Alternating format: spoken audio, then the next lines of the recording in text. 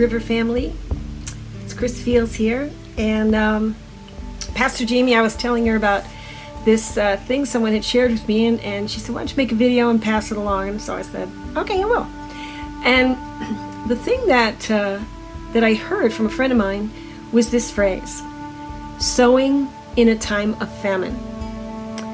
And what it actually referred to is a story in Genesis 26 where Isaac and his wife Rebecca, it says there was a famine in the land where they were living. And so they decided they were going to head up to Egypt to escape the famine. But God stopped them and he said, nope, I don't want you going to Egypt. I want you to go where I send you, stay where I send you, and live there as a foreigner. So they did what God said. And then down around, verse 12, it says this, Isaac planted crops in that land, and in the same year reaped 100-fold.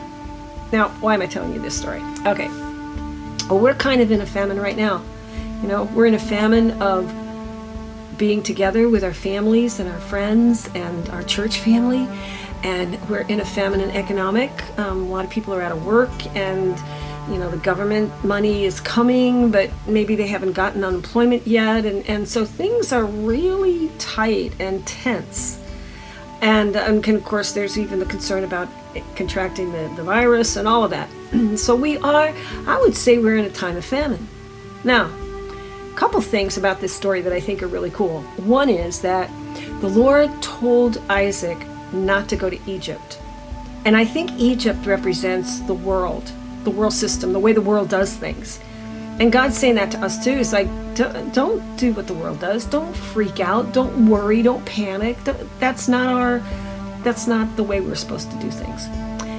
And then God says, live as a foreigner in the land that I'll show you. And that also speaks to what it's like for us. We're from above. We're sojourners here. We're foreigners in this world. We're not from this world. So in that sense, we're kind of like Isaac and Rebecca. Now, I'm not a farmer. I've had vegetable gardens, but I do know this, that when you plant a crop and you harvest it, and let's talk about like corn or wheat, you harvest all your crop and you're going to use it for food, right? But you don't eat all of it. You save a little bit so that come springtime, the following year, you're going to have some seed to sow in the ground, so you have another crop for the future, right? But in a time of famine, can you imagine keeping a jar or maybe a barrel of grain or corn that you know could feed your family, but you're saving it to sow it? And that's what Isaac did. He sowed it. He had faith that God was going to take care of him. And he put something in the ground that he and his wife could have eaten it, but he didn't do it that way. So, what does this have to do with us? Well, my friend had said, sowing in a time of famine, and he was talking about how it takes faith in a time like this for us to give something away. Because what if we need it? What if our family needs it? But that's not faith in God. See, because the government isn't our provider, and our jobs are not really our provider. Our provider is Jehovah Jireh, our provider.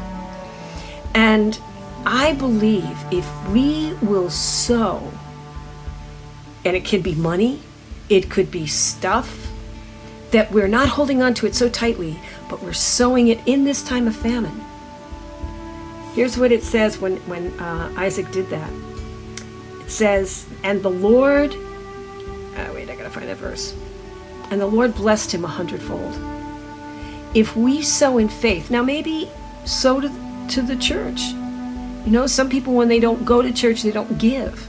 Well, we can still, you could do it online, you could send a check. We can still sow into the ministry of the River of Life. Maybe you could sow into a friend who's lost their job. But you say, but you don't understand, I don't have enough. Yeah, Isaac didn't either. But he did this with by faith. And God blessed it. And I'm not telling you that if you give $100 that the Lord is going to, multiply that 100-fold. I don't know. That's between you and God. But I do know this. If you sow in faith, you are going to reap a faith harvest. And it says in that same year. Imagine that by the end of 2020, your faith was 100-fold of where it is today. I mean, that's a really good deal. So that's my story. Sowing in a time of famine. Maybe you'll sow toilet paper. I don't know.